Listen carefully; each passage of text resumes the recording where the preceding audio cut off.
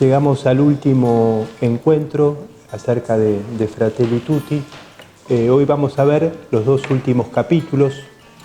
En torno a ellos vamos a intentar hacer este diálogo y a las resonancias que tienen en cada uno de nosotros, de los que estamos aquí, ¿no? Tenemos dos capítulos. Uno es el que se llama Caminos de Reencuentro, ¿sí? Cuando yo leía ese capítulo hay un número que marqué, que me llamó la atención, que es el número 233, ¿no? Que dice así: la procura de la amistad social no implica solamente el acercamiento entre grupos sociales distanciados a partir de algún periodo conflictivo de la historia, sino también la búsqueda de un reencuentro con los sectores más empobrecidos y vulnerables, ¿no? La carta encíclica habla acerca de la fraternidad y de la amistad social, ¿no? Y a veces uno piensa que las cosas se arreglan si, por así decirlo, aquellos que son dirigentes se ponen de acuerdo y ya está arreglada los problemas, por ejemplo, de la Argentina, ¿no?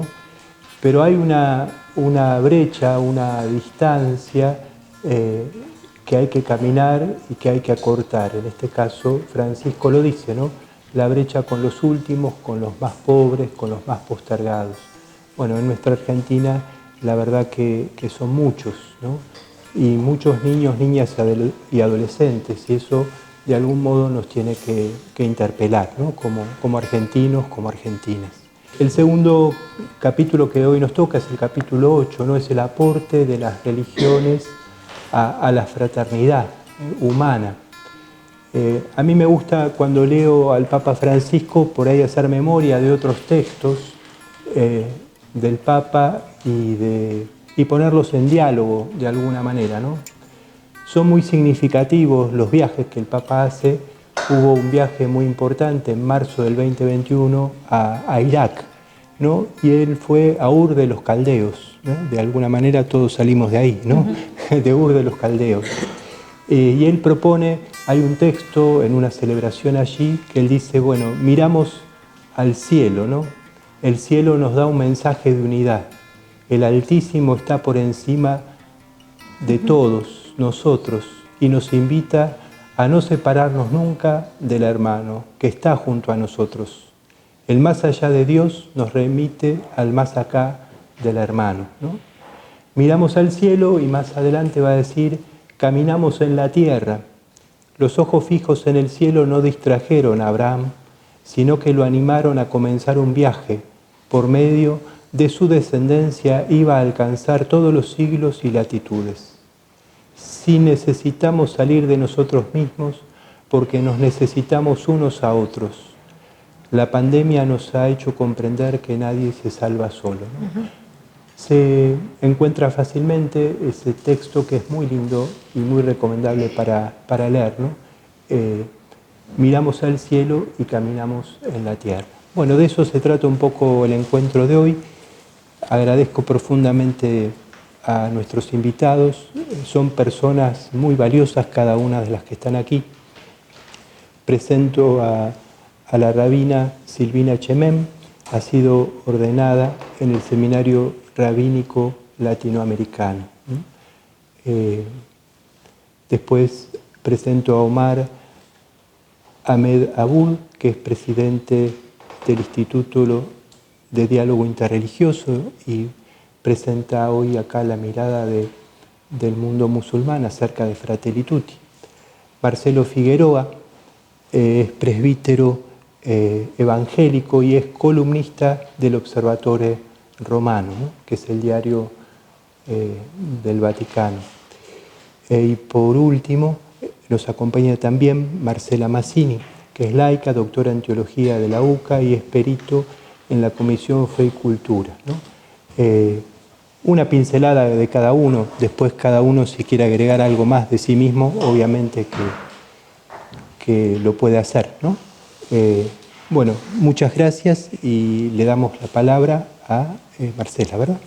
Bueno, voy a compartir con ustedes el capítulo 7 de Fratelli Tutti, una lectura para iniciarnos con alguna pista para entrar en el sentido de la encíclica. Hay un número que está al comienzo de este capítulo, el 225, que a mí me parece que es la idea fuerza de todo el capítulo, ¿no? Dice: en muchos lugares del mundo hacen falta caminos de paz que lleven a cicatrizar las heridas. Se necesitan artesanos de paz dispuestos a generar procesos de sanación y de reencuentro con ingenio y audacia.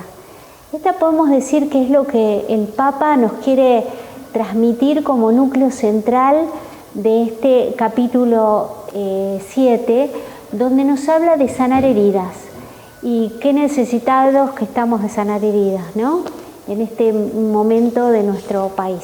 En primer lugar, el Papa presenta el modelo de una iglesia samaritana, ¿no es cierto?, como postulaba el Concilio Vaticano II. Conocemos esa imagen del buen samaritano, aquel que se detiene al costado del camino a recoger al herido.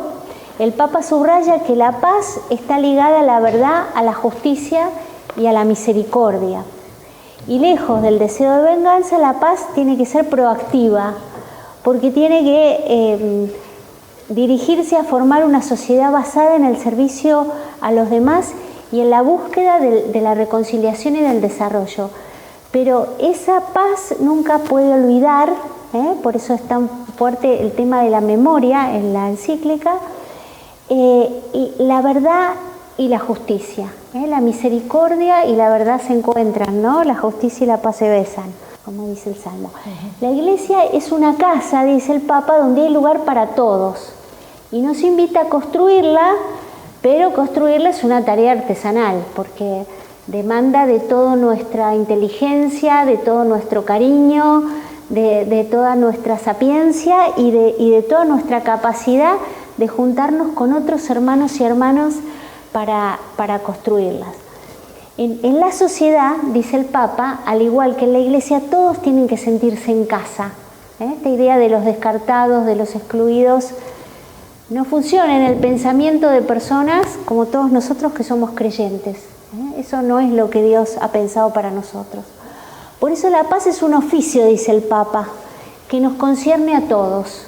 La tarea artesanal de la paz tiene que ser una tarea en la que todos estamos involucrados y que tenemos que encontrar nuestro lugar. Por eso tampoco tiene fin la tarea de la paz, porque como estamos atravesados por la vulnerabilidad y, bueno, por lo que decimos nosotros, ¿no es cierto?, el mal y el pecado, siempre la paz se nos está resquebrajando y entonces siempre tenemos que trabajar para construirla y para reconstruirla. La verdad y la justicia entonces son centrales para construir el perdón y alcanzar la paz. Bueno, la paz tiene mucho que ver con el perdón, ¿no es cierto? No podemos alcanzar la paz si no perdonamos. Pero dice acá el Papa algo muy importante: amar a un opresor no es consentir en que siga siendo así. Tampoco es hacerle pensar que lo que él hace es aceptable, o sea, cosas que están bien y cosas que están mal. Es más, los que sufren la injusticia deben defender con firmeza sus derechos para salvaguardar su dignidad, que es el don de Dios, ¿no es cierto? Dignidad quiere decir valor, y este valor es muy importante, ¿sí? Y es importante que todas las personas alcen su voz para reclamar sus derechos y que todos alcemos la voz por los derechos de los más postergados. El perdón, entonces, dice el Papa, no es impunidad, pero es renunciar al mal y a su fuerza destructiva. Eso es muy interesante, porque perdonar no es hacer de cuenta que no, aquí no ha pasado nada, ¿no? Y que lo que está mal queda impune, que no hay justicia.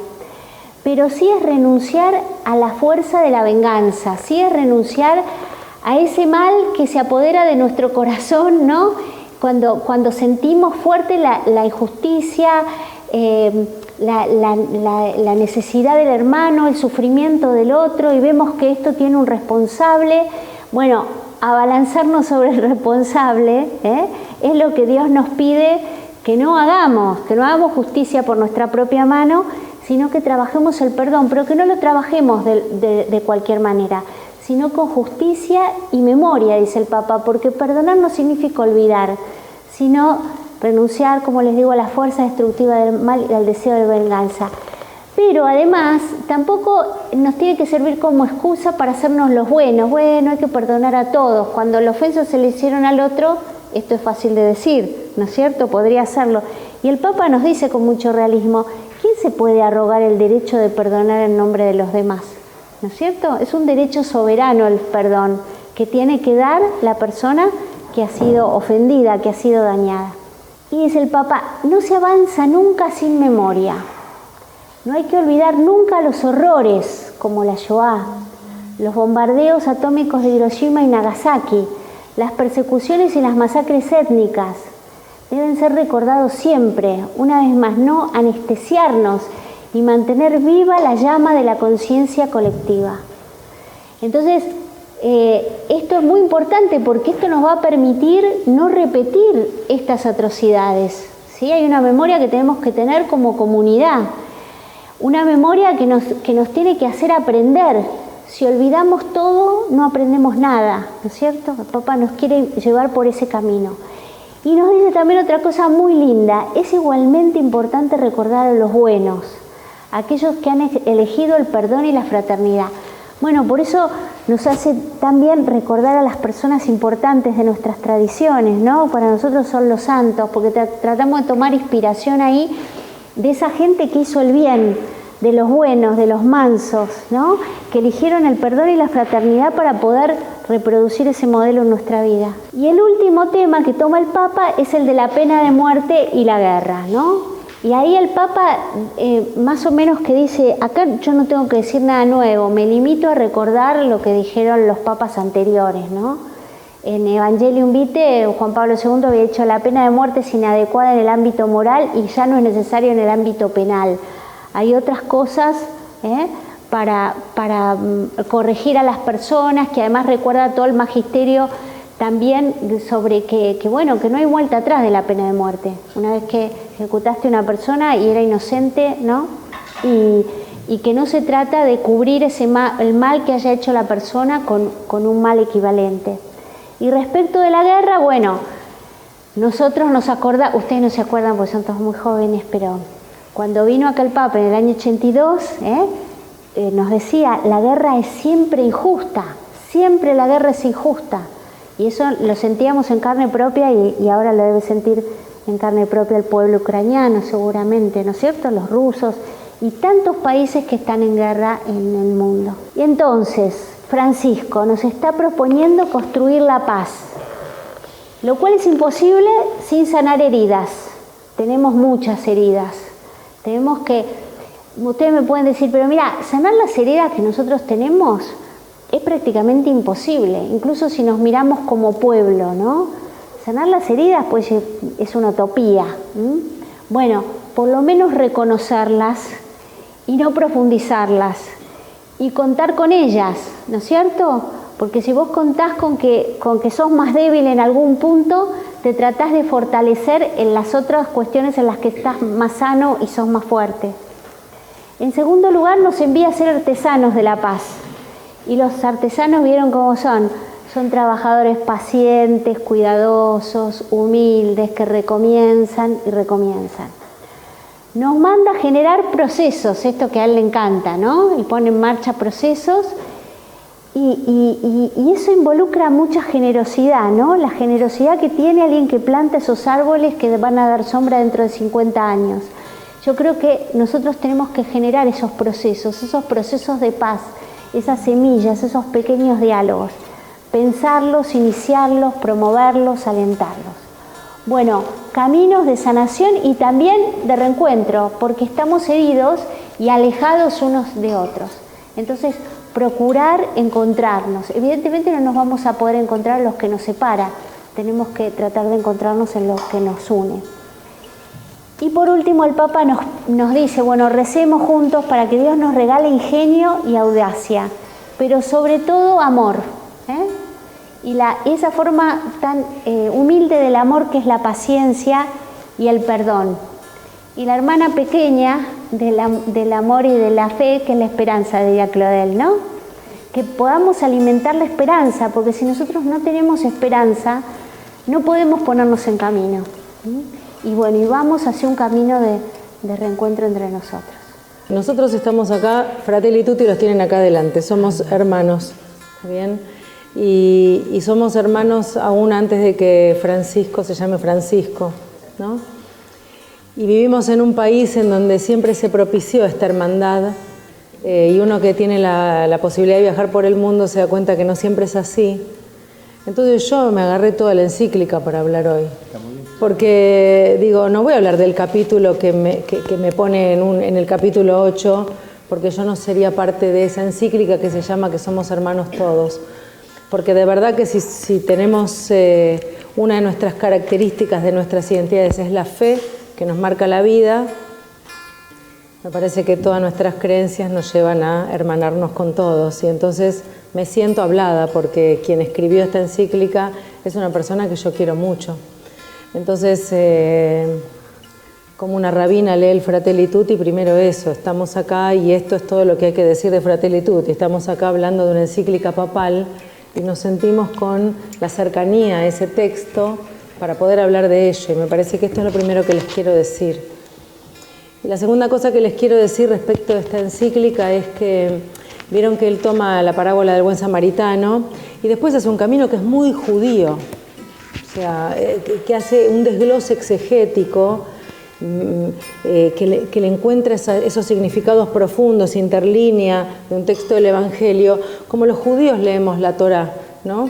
Y como también nos animamos a leer los otros textos sagrados, tanto el Corán como el Evangelio, con todo el respeto por las interpretaciones de cada fe, pero también con esa búsqueda incesante de encontrar a Dios adentro del texto de nuestros hermanos, ¿no? Desde nuestras propias lecturas.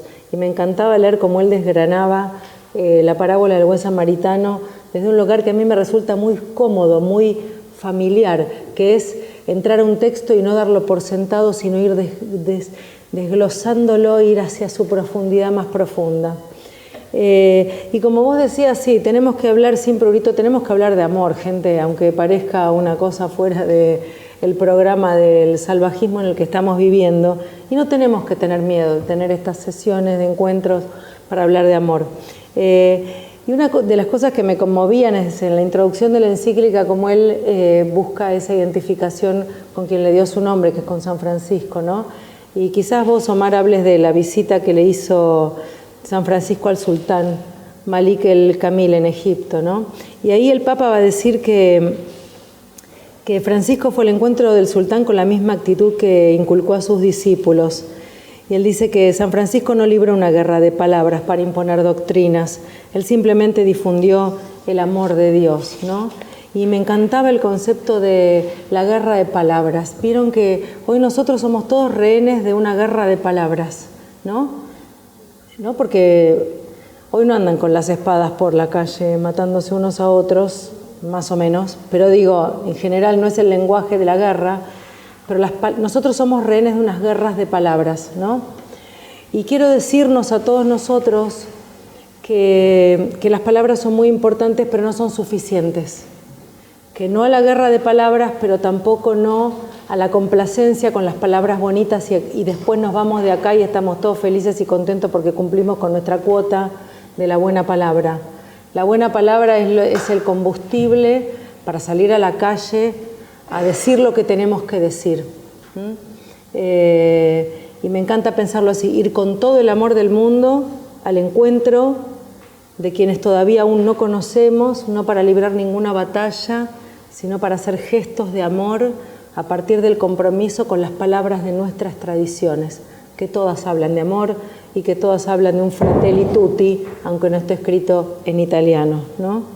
El Papa decía también allá por la encíclica, y no sé en qué capítulo, y no voy a citar ningún inciso porque soy desordenada, no soy profesora universitaria, decía abrirse al mundo, ¿no? En un momento él decía abrirse al mundo, y eso me convocó a mí desde este lugar de no ser católica y estar comentando una encíclica de un Papa, ¿no?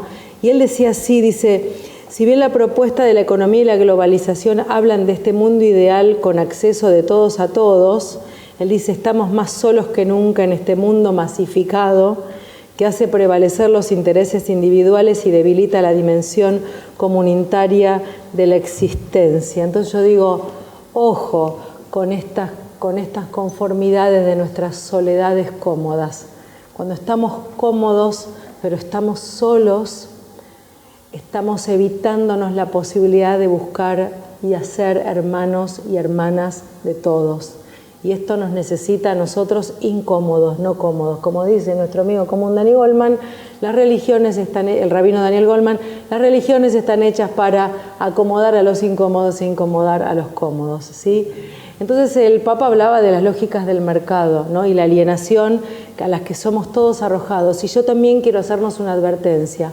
Ojo con transformar las palabras y los encuentros de diálogo en una mercancía, parte de un mercado que circula y que vende. Nosotros somos rebaños de personas buenas, como decía, si no me gusta la palabra manso, y se lo quiero decir al Papa también, porque no tenemos que estar tranquilos y quietitos y callados en nuestros santuarios. Nosotros somos grupos enormes de personas que hacemos un montón de cosas para sanar un montón de heridas. Y sí creemos que las heridas se pueden sanar, pero tenemos que ser cada vez más, independientemente en la religión donde hayamos nacido, porque nuestras tradiciones nos llevan a eso, a encontrarnos con el hermano y hacernos uno para ir a capear la herida, el dolor, la soledad del otro. Pero ojo con los diálogos que también se transformaron en mercancías. No quiero ser una cara bonita de un flyer. Quiero estar con el pueblo caminando en la calle todo el tiempo para ir allá donde necesitamos estar. Estos momentos son importantes porque nos permiten conocernos y ponernos en órbita, pero después tenemos que salir a trabajar juntos en nombre de ese Dios desde Ur de los Caldeos que venimos caminando desde Abraham en adelante, ¿no? Después el Papa en una parte de la encíclica observaba el peligro del fin de la conciencia histórica, ¿no? Y él dice la advertencia de cierta tendencia que tenemos hoy y sobre todo los mundos más jóvenes, y con esto no cargo las tintas con los chicos y las chicas de ninguna manera, pero digo, cierta ilusión que nos hicieron creer que podemos empezar de cero todo, ¿no? Y que uno es un autoengendrado y que depende del deseo de uno sale a una realidad que no tiene pasado, ¿no? Y él dice así, miren qué lindo como lo dice el Papa, dice, un mundo eficaz de licuar la conciencia histórica, miren, el pensamiento crítico, la lucha por la justicia y los caminos de integración es vaciar de sentido, manipular las grandes palabras. Y él dice, ¿qué significan hoy algunas expresiones como democracia, libertad, justicia, unidad? Han sido manoseadas y desfiguradas, ¿no? Etcétera, etcétera. Y yo digo, chicos y chicas y gente grande también, todos habitantes de esta sociedad, nos han gastado las palabras, ¿no? Y nos han hecho muchas veces dejar de creer que algo es posible en esa habitar las palabras, ¿no? Y te dicen democracia y vos decís en qué democracia vamos a creer. Y te dicen política y vos decís en qué política vamos a creer. Y te dicen paz y te dicen en qué paz podemos creer. Y me parece que las tradiciones religiosas tenemos, como hermanos que somos, esta capacidad de seguir hablando de las palabras con toda la hondura que esas palabras merecen, ¿sí? Nosotros cuando hablamos de solidaridad y cuando hablamos de paz social, salimos y vamos al encuentro del hermano que menos tiene, vamos a los encuentros en donde estamos peleando por los derechos del otro. Tenemos que volver a pactar con la hondura de las palabras para que no se nos licúe la conciencia con un manoseo que hacen y dejamos de creer que las palabras que estamos diciendo realmente tienen algún sentido en nuestra realidad. El Papa en algún momento va a decir, la verdadera sabiduría supone el encuentro con la realidad. Y me quedo acá, porque no podemos seguir hablando de paz y de hermandad si no nos confrontamos con la realidad. Y la realidad es compleja.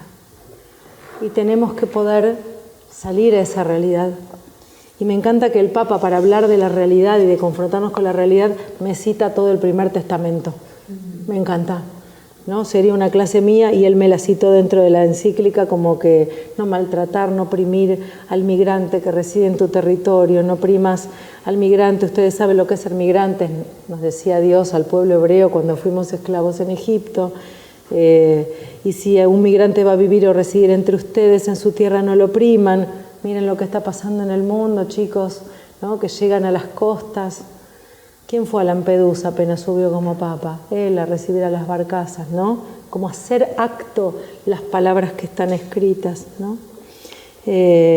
Como vos decías, Marcela, sociedades abiertas que integran a todos. Y él decía, hay periferias que están cerca de nosotros, en el centro de una ciudad o en la propia familia, ¿no? Y también digo, chicos y chicas y gente grande, nos es más fácil conectar con el hermano totalmente otro, pero me parece que primero hay que revisar a los hermanos que tenemos dentro, que por un motivo u otro hemos decidido desterrar de nuestras casas, de nuestras comunidades, porque manifestaron una identidad particular, una idea política particular, una manera de mirar la vida particular, y de repente somos todos hermanos en las palabras, pero a la hora de ver quién sentás a la mesa, vos elegís quién sí y quién no.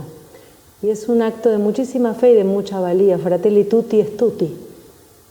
Y el todos incorpora un gran compromiso. Y como decía el Papa, ser corajudos, porque todos somos pueblo. Voy a terminar diciendo esto. Como vos decías, ¿no? Me encantó la frase, la paz social es trabajosa y es artesanal.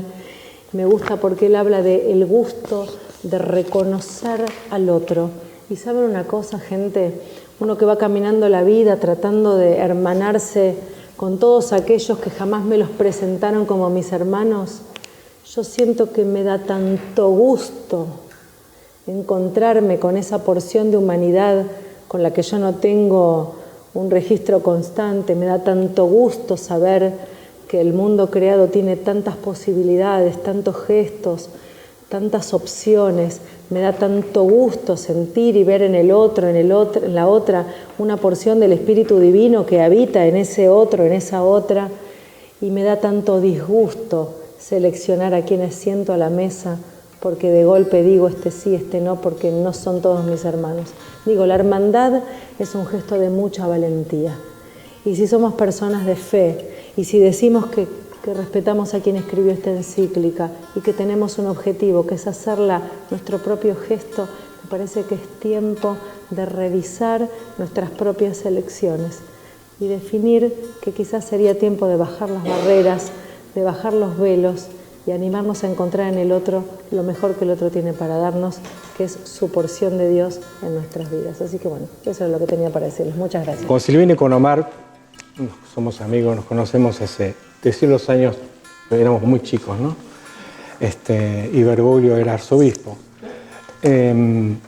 Digo, siempre pasa lo mismo, porque cuando Gustavo nos preguntaba ¿y cómo se organiza? Mira, tradicionalmente empezamos por tradición o revelación. Entonces primero la comunidad judía, después la católica, protestante en este caso, la revelación de Muhammad, bueno. Pero cuando está Silvina es un plomazo, después de Silvina, pues bueno, te deja la vara tan alta que, ¿viste? Pero es así, Silvina siempre va a ser lo mismo. Intenta, gracias, estoy acostumbrado. Bueno, un gusto, gracias por la invitación, gracias, es un honor, es un gusto. Y sí, como Silvina dijo, Fratelli tutti somos nosotros, toda la humanidad.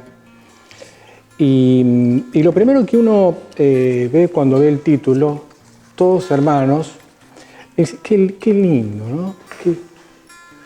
Es algo como lindo, como una pintura muy hermosa, ideal, romántica, mansa, como vos decías, cómoda, bucólica.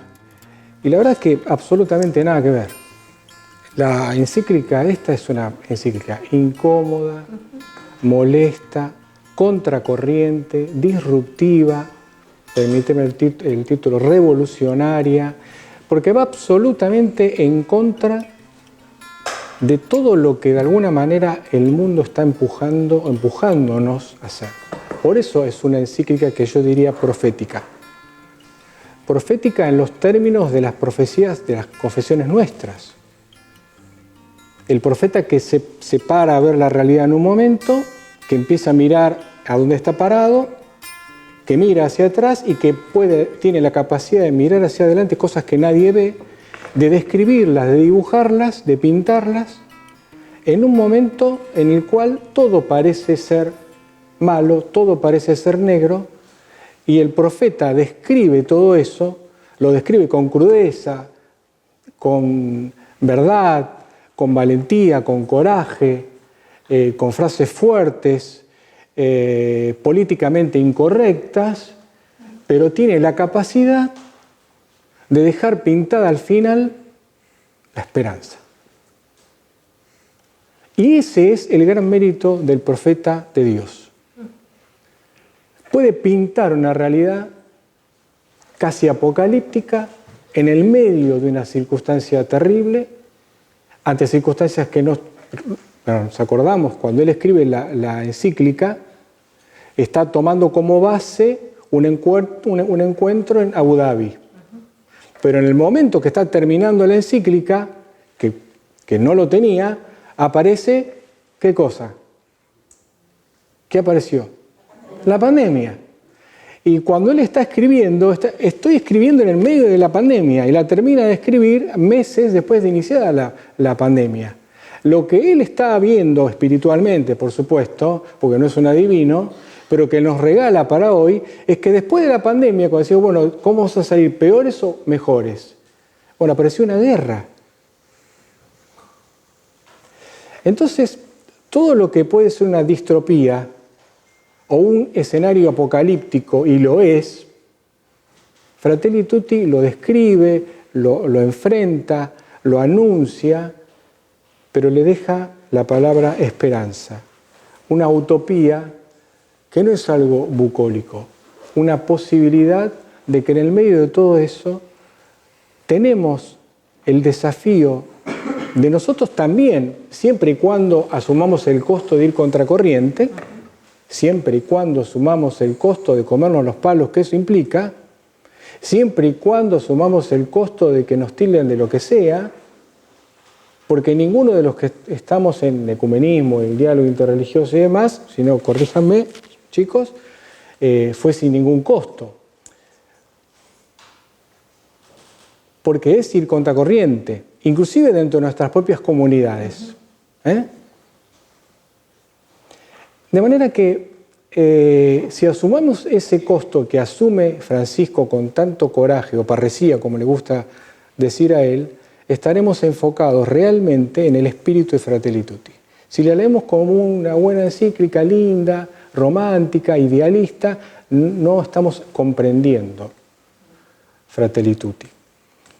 Y yo quisiera mencionar algo que Silvina dijo, algo del uso de las palabras. A mí me gustó eso que dijo, yo tenía algo anotado acá, para definir algunos términos, ¿no? ¿Qué hablamos cuando hablamos de ecumenismo? ¿Qué es? A mí me parece interesante que Francisco en el apartado 271 empieza diciendo lo que no es. Interesante. No dice lo que es, dice lo que no es. Y dice, el diálogo entre personas de distintas confesiones no se hace meramente por diplomacia, amabilidad o tolerancia. A ver, estar lindos en un flyer, o más o menos, ¿no es cierto? Saliste bien. ¿Salí bien? Sí. Gracias. Una foto vieja. De antes de la pandemia, la foto. Estar lindos en una cultura en la cual la foto de Instagram es la que me define. Entender que el ecumenismo de la foto, y yo no lo digo como un eufemismo, lo digo porque existe. Nosotros lo pasamos. Ver en una foto con distintas confesiones es muy lindo, pero no es ecumenismo, por lo menos plenamente. El ecumenismo de té compañía, el ecumenismo de sí, nos juntamos, el ecumenismo de la tolerancia, palabra prohibida para nosotros porque siempre se tolera al otro desde un lugar de poder y ninguno de nosotros ejerce sobre el otro un lugar de poder, muchísimo menos sobre la verdad, porque si nosotros decimos que somos poseedores de la verdad, estamos negando a nuestro Dios, porque si Dios es la verdad, en todo caso Él nos posee a nosotros y no nosotros a Él. Y ahí en esa utilización de las palabras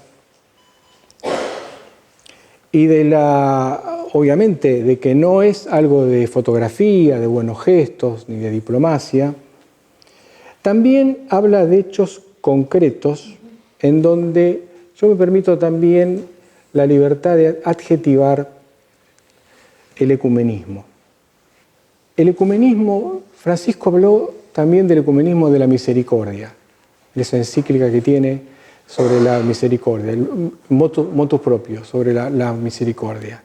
El ecumenismo que hace posible los caminos para los migrantes entre una comunidad evangélica y San Egidio, los corredores humanitarios. El ecumenismo de la paz, el ecumenismo de la solidaridad, el ecumenismo del amor concreto, jugado con el otro, el ecumenismo de la esperanza. Y en un momento también él dijo, si aquel que mata a alguien por una cuestión de fe, un fundamentalista o lo que sea, que mata a alguien por una cuestión de fe, y no le pregunta antes de qué religión es, ¿quién soy yo para no unirme con ese hermano como un hermano y abrazarlo? Y él lo llamó el ecumenismo de la sangre. Porque si la sangre de los que matan a otros yo no lo tomo como mi propia sangre, entonces estoy negando de alguna manera mi hermandad. Y mi hermandad se juega con la sangre, el ecumenismo de la sangre. Y también el ecumenismo desde las tripas, el ecumenismo que te sale de adentro. El ecumenismo que significa que yo me juego por vos. La parábola del buen samaritano no está elegida al azar porque es linda. Es justamente el ejemplo de Jesús que les da una cachetada porque justamente le pone como ejemplo a alguien que era odiado por eso, se llevaban mal. Yo, la verdad, que cuando lo leí me pareció una manera muy protestante de entender la voz judía. Bueno, me pareció una lectura una exégesis muy protestante. Y también quisiera agregar, si me permiten, un término en lo que no es. Permítanme la referencia propia. Porque es un término que se está utilizando mucho y que tiene que ver con el odio, la cultura del odio, los mensajes del odio. Hace 5 años escribí con Antonio Spadaro, que es el director de la Civiltà Católica, un artículo a 2 manos o a 4 manos. Se llamó Integrismo católico, fundamentalismo evangélico, un ecumenismo diferente que nosotros definimos como el ecumenismo del odio. Nos tuvimos que esconder atrás de la Capilla Sixtina como para que no nos peguen. Sí. Fue bravo, ¿te acordás? Sí. Provocó un revuelo. Por supuesto que estaba escrito en un contexto donde estaba Trump, estaba Bannon, etcétera, etcétera, estaba el muro. Pero ¿qué estábamos denunciando de alguna manera ahí? Que la palabra ecumenismo per se no es algo bueno y neutro. Por eso la importancia de decir que no es. Y que también advertirnos que puede existir un encuentro entre las religiones que no genere amor, sino que genere odio. Y ahí entramos, nosotros habíamos puesto como ejemplo en ese momento toda una problemática en Estados Unidos, pero que derramaba sobre nuestros países en América del Sur y en otras partes del mundo, en el cual se estaba gestando el tema, o se gesta el tema del ecumenismo cobeligerante. ¿Qué significa esto? Significa que nosotros no nos soportamos como tales, nosotros somos fundamentalistas. Fundamentalista, ¿qué hace? Pone lo principal como accesorio y lo accesorio como principal. Se cree el dueño de la verdad y que el otro está equivocado. Pero por ahí, en mi agenda, cual yo no coincido con vos, tengo algunos puntos, algunos morales que estoy de acuerdo. Entonces hago un ecumenismo cobeligerante. Y en ese orden puedo ir por causas buenas, pero también puedo, y en ese momento lo estaban haciendo, hasta defender muros, pena de muerte, homofobias, xenofobias, racismos, antisemitismos, en el nombre de un ecumenismo neutro. Entonces, cuidado, porque no todo lo que se llama ecumenismo y no todo el encuentro entre las religiones se puede adjetivar con los términos con los cuales nosotros decimos la paz, la esperanza, la solidaridad, la misericordia, el amor, el ecumenismo de las tripas que se juega. Creemos que cuando en nombre de una ideología se quiere expulsar a Dios, se acaba por adorar ídolos y enseguida el hombre pierde su dignidad y sus derechos son violados. Francisco tiene una frase que a mí me gusta mucho, que dice: la espiritualidad libera, la ideología esclaviza. Y en los apartados 275 y 274 denuncia también la infiltración de los totalitarismos, las ideologías, los individualismos y los materialismos, lo que Silvina hablaba de una sociedad materialista. Y llamaba a valorar nuestras fuentes de fe, nuestras raíces de fe.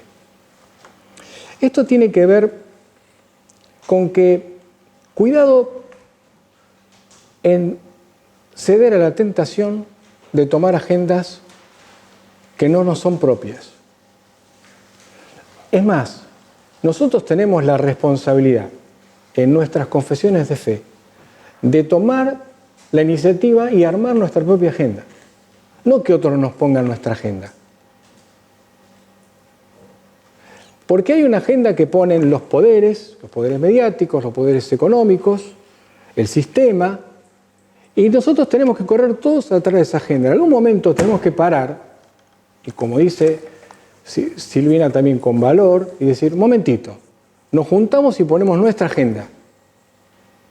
Recuerdo a Jesús en la primera predicación de Nazaret. ¿Se acuerdan? La primera predicación de Nazaret casi le cuesta la vida, lo que hicieron tirar por un barranco. Creo que a todos cuando lo predicamos por primera vez tuvimos esa sensación que nos iba a pasar eso, ¿no? Y él tomó el rollo y dijo: el Espíritu del Señor está sobre mí, me ha llamado a dar las buenas nuevas a los pobres, libertar a los cautivos, vista a los ciegos, proclamar el año sabático del Señor. Él marcó su agenda. Por supuesto que casi le cuesta la vida marcar su agenda. No permitió subsumirse a otras agendas. Cuidado, cuidado, cuando quieren utilizar las confesiones para otras causas o ideologías, que pueden ser buenas o no, que pueden tener cierta afinidad con nuestras agendas, pero no son nuestras agendas. Desde el punto de vista cristiano, el reino de Dios y su justicia tiene suficiente agenda. Desde el punto de vista también de nuestras confesiones, nuestros conceptos de justicia, de libertad, de amor, de trascendencia, de justicia, tienen nuestros propios fundamentos enraizados en nuestro tronco abrámico. No necesitamos otras agendas, mucho menos las totalitaristas o las fundamentalistas, y muchísimo menos las materialistas. Voy a terminar simplemente mencionando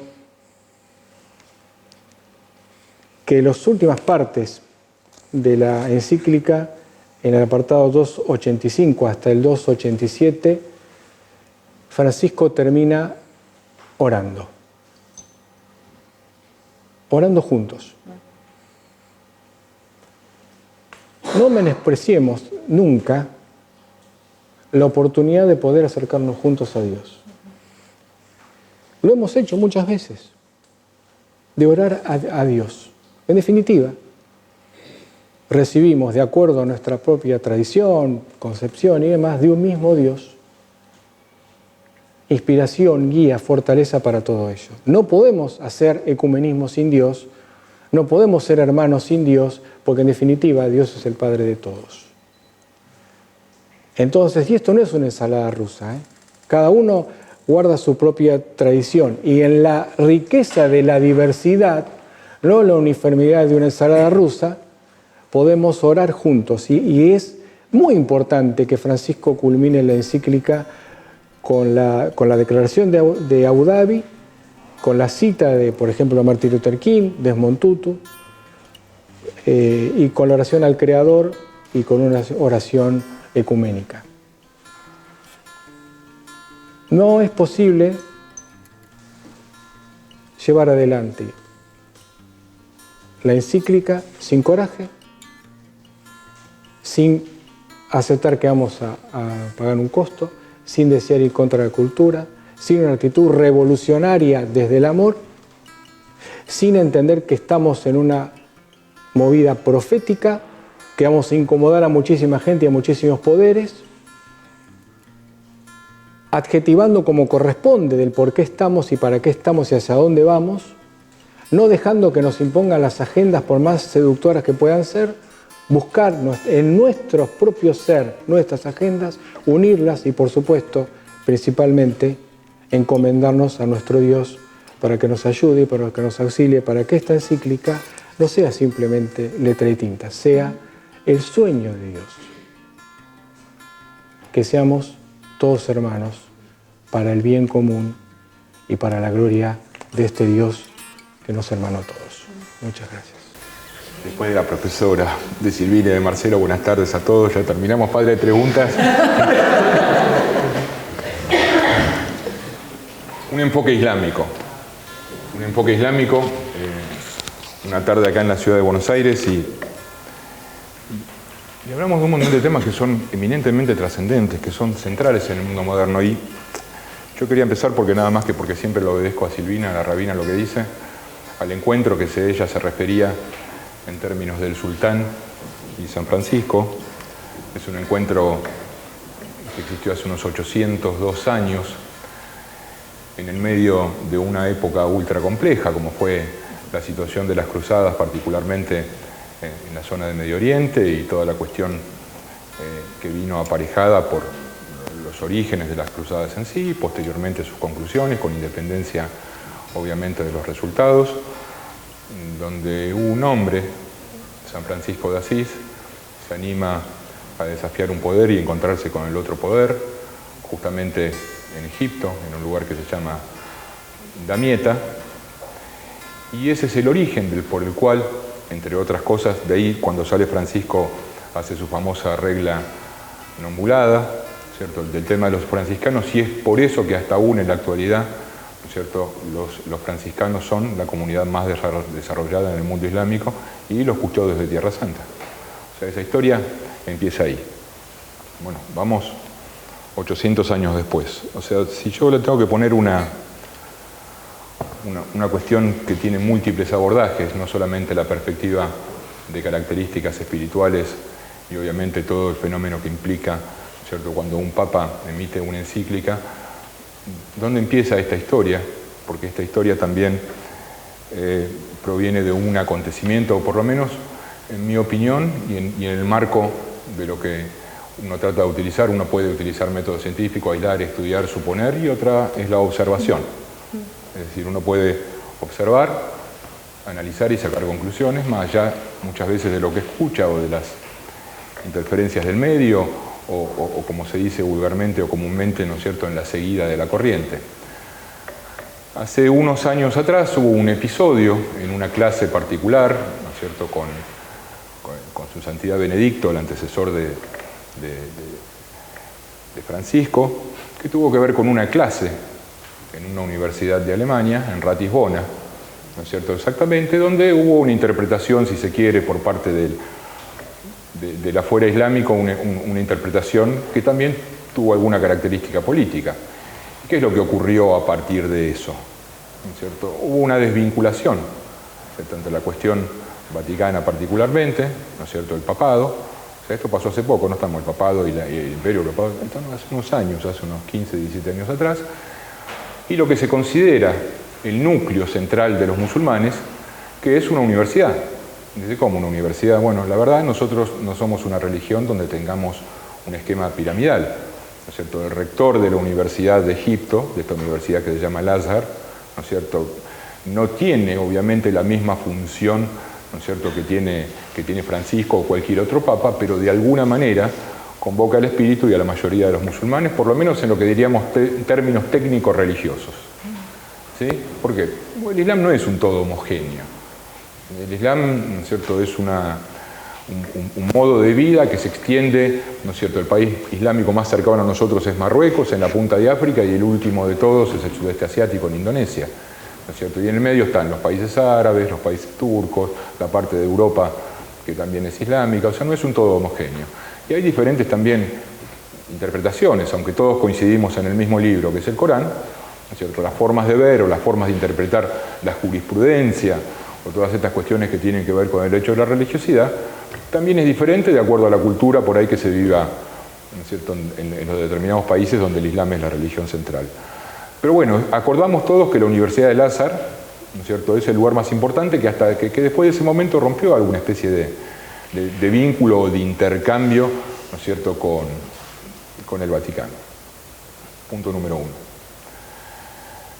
En el advenimiento del papado de Francisco, ¿no es cierto?, yo creo que hay una señal central, también esto producto de la observación, o sea, nosotros empezamos hace muchos años trabajando estos temas con las consecuentes consecuencias que implicaba en el interior de cada una de las comunidades, que implicaba esto. Y bajo el paraguas generoso en la Argentina de la Iglesia, que genera también este impulso de construir diálogo en un país que no necesita por lo menos diálogo interreligioso. Nuestro diálogo fue algo de índole preventiva. O sea, acá tuvimos 25 millones de conflictos por religión, sacando algunos hechos aislados de barbaries cometidas en nombre de la política, descargando la religión, gracias a Dios pocos. Pero no es la constante del resto del mundo. La constante del resto del mundo tiene otra dinámica, y sobre la percepción de religiosidad que se tenga en cada uno u otro espacio, también es la aseveración o la asimilación del conflicto. O sea, ¿por qué? Porque hay lugares donde para nosotros la religión, ¿no es cierto?, por ahí se expresa en un día, en una lectura, en una oración. En otros lugares donde existe una cultura religiosa diferente, la religión es un hecho bastante más presente en la vida de la persona.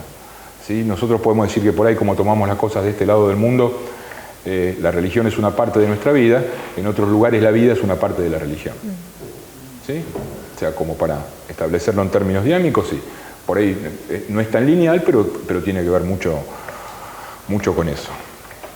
Entonces, lo que le decía, acá es común, en otros lugares no es común, pero después del papado de Francisco, en los primeros años sobre todo, en algo que señalaba, creo que Gustavo, vos hablaste de los viajes concretamente a todos los lugares que fue, el hecho de que los primeros 5 países que visita, 4 son países de mayoría islámica, y básicamente representando también los derechos de las minorías, que a veces también sufrían algún tipo de inconveniente. La foto de la interreligiosidad ya nadie la discute. Casi en ningún lugar del mundo, ¿no es cierto?, no se animan a fenómenos como este. En Estados Unidos, en Inglaterra, entre todas las estampas que nosotros vimos del velorio real, hubo un encuentro del rey, ¿no es cierto?, con toda la comitiva de religiosos, desde el rabino central de ahí hasta el arzobispo de Canterbury, pasando por el imán de cada una de las vertientes. O sea y esto es un mérito de Francisco, el haber llevado la posibilidad y el mensaje de la comunicación del diálogo interreligioso como un diálogo, ¿no es cierto?, entre creyentes que tiene características de imprescindible para el mundo moderno. Ahora, de Ratisbona a la situación que se hereda en términos de lo que es la diplomacia, había que generar un trabajo. Y de hecho, ¿no es cierto?, no fue sencillo recomponer, ¿no es cierto?, las relaciones. Y si bien el imam del Azhar, el Sheikh Ahmed Tayeb, que se llama, y el Papa habían manifestado, ¿no es cierto?, por ahí la idea de encontrarse, es primero Francisco quien dice en el aeropuerto de México: yo sé que él tiene interés de encontrarse conmigo, yo tengo interés de encontrarme con él. ¿Sí? Y hasta que se produce el encuentro, volviendo a la regla normal de la diplomacia, ustedes también tengan en cuenta que el imán de la Universidad del Azhar a la vez tiene un estatus ministerial en Egipto, por lo cual tiene algún tipo de dependencia de la cuestión política en última instancia. Pero bueno, el encuentro se produjo, producto del trabajo y de ese encuentro, en términos de ejemplo, surge lo primero, que creo que lo mencionaste vos, o vos, Silvi, el documento de Abu Dhabi, que es el documento que tiene que ver con la fraternidad humana, que de alguna manera, ¿no es cierto?, da origen, o sea, empieza en Abu Dhabi, ¿no es cierto?, y termina en la pandemia, la composición, pero hay algunas menciones en referencia a estos temas. Entonces, Francisco es un hombre que primero generó la fraternidad, generó la idea y después escribió. En general todos hacemos al revés. Primero escribimos, esbozamos la idea y con suerte ejecutamos. ¿Sí? O sea, eso me parece que marca también, si se quiere, algún rasgo distintivo. ¿Y por qué digo esto en perspectiva islámica, ¿no? O sea, la verdad que nosotros estamos acá en nuestro entorno, en el cual de alguna manera nosotros podemos sentir más cercana la presencia de quien fuere, arzobispo de Buenos Aires, de una manera quizás particular. Yo considero que en muchos ámbitos y en la perspectiva y en la palabra de muchos, de una manera irreverente, ¿no es cierto? Pero para quien trabaja en este medio y en la República Argentina, la verdad que esta es la era de Francisco en términos de lo que pasa también como historia. Y me parece que todavía no hemos tomado una conciencia real, ¿no es cierto?, de lo que implica. Entonces somos más especialistas haciendo exégesis de fotos, de con quién se la sacó, a quién se rió o a quién le puso otra cara, ¿no es cierto?, que centrarnos en los textos que de alguna manera, en perspectiva de la autoridad espiritual del mundo moderno, le ponen, si se quiere, un límite al poder temporal que en definitiva hoy no se lo pone nadie. ¿Por qué? Porque está sumido absolutamente en diferentes tipos de fundamentalismo, el religioso también, pero está demostrando la economía, las situaciones de abandono, las guerras ser mucho más fundamentalistas que cualquier otro tipo de religión. Entonces, si la religión en perspectiva de una ideología es el odio de los pueblos, el opio de los pueblos, la verdad, ¿no es cierto?, que en términos, la ideología pura y concentrada muchas veces en cuestiones que son seculares, es la cicuta de los pueblos. Correcto. Entonces, me parece que en este sentido tomemos la diferenciación entre autoridad espiritual y poder temporal y orgamos a un hombre, un grupo de hombres, ¿no es cierto?, que en este momento estás dando algún tipo de mensaje. Porque obviamente el anhelo está en la idea de la paz, del amor, de la fraternidad. Esto también está en Fratelli Tutti, lo que les voy a leer. Sin un proyecto para todos. La mejor manera de dominar y avanzar sin límite es sembrar la desesperanza y suscitar la desconfianza constante, aún disfrazada detrás de la defensa de algunos valores. Hoy, muchos países se utiliza el mecanismo político de exasperar, exacerbar y polarizar. Por diversos caminos se niega a otros el derecho de existir y a opinar. Y para ello se acude a la estrategia de ridiculizarlos, sospechar de ellos, cercarlos. No se recoge su parte de verdad, sus valores, y de este modo la sociedad se empobrece y se reduce a la prepotencia del más fuerte. La política ya no es así una discusión sana sobre proyectos a largo plazo para el desarrollo de todos y el bien común, sino solo recetas inmediatistas de marketing que encuentran en la destrucción del otro el recurso más eficaz. En este juego mezquino de las descalificaciones, el debate es manipulado hacia el estado permanente de cuestionamiento y confrontación. ¿De qué estamos más cerca? ¿Estamos más cerca de esto o estamos más cerca de lo otro? ¿Y por qué? Porque en definitiva, para un concepto que es bien islámico, que es el concepto de yihad, que acá lo traducen como guerra santa, y que no es guerra santa, ¿no es cierto? Yihad es esfuerzo, ¿no es cierto? Y es lucha permanente. ¿Y dónde empieza? De la boca para adentro, gente. De la boca para adentro. Uno tiene que hacer el esfuerzo de la construcción de la fraternidad, de la confianza. Si no, la verdad no vamos a ningún lado. O sea, ciertamente no vamos a... O sea, ¿de qué estamos más cerca? De un mundo aspiracional que por lo menos en términos teóricos nosotros tratamos de gozar de nuestra perspectiva de la construcción, o del mundo de... ¿Vieron Infinity War, la película de los Avengers? ¿Sí? Segundo, por ahí los más grandes también me gustan esas películas, que estoy en medio. Pero lo cierto es que hay un malvado que propone matar a la mitad de la existencia para que supere a los otros, o sea, para que el resto del mundo pueda sobrevivir. Bueno, esa es una idea de muchos también. Es la idea más fundamentalista, más integrista. En términos filosóficos comunes se llama tausianismo. Pero ahí en la película está inmaculada. Yo me acuerdo de haber ido cuando fui al cine y cuando salí, escuché dos chicos hablando delante mío, yo iba con mi hijo, ¿no es cierto? Pero no está tan mal lo que está proponiendo. Eliminar a la mitad para que se salve el resto. Y así en muchas secuencias uno puede ver cómo pero bueno, por ahí es charla de otro día, el tema del género de la ciencia ficción y la relación con el mundo moderno, que ha dado, si uno se pone a analizar la historia de Julio Verne hace 70 años, hace 100 años, o el siglo pasado, qué es lo que ocurrió después, y qué están diciendo aquellos que escriben ciencia ficción hoy. Entonces, en el documento también de Abu Dhabi existe una recomendación en términos de lo que implica el concepto de ciudadanía. Dice, el concepto de ciudadanía se basa en la igualdad de derechos y deberes bajo cuya protección todos disfrutan de la justicia. Por esta razón es necesario comprometernos para establecer en nuestra sociedad el concepto de plena ciudadanía y renunciar al uso discriminatorio de la palabra minorías. Otra vez, renunciar al uso discriminatorio de la palabra minorías, que trae consigo las semillas de sentirse aislado e inferior y prepara el terreno para la hostilidad y la discordia y quita los logros y los derechos religiosos y civiles de algunos ciudadanos al discriminarlos. Y nosotros vemos permanentemente posiciones de minorías sobre posiciones de la mayoría. Vemos también en contradicción a lo que sostenía como arzobispo de Buenos Aires y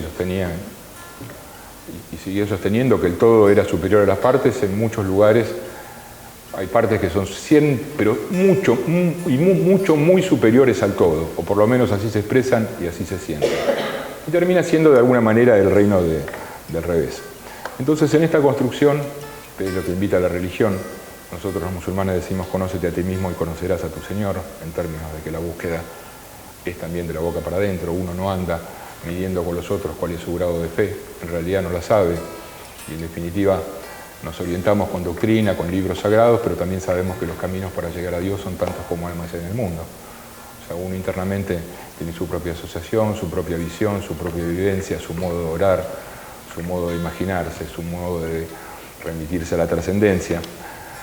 Pero y es justamente eso lo que nos vincula, una visión, si se quiere, de lo trascendente, una visión del mañana, una visión de compartir, y básicamente una visión, si se quiere, de entender, ¿no es cierto?, esto de la hermandad humana, no en una perspectiva teórica, sino un ejercicio práctico del cual hay que construir y obviamente para el cual hay que trabajar.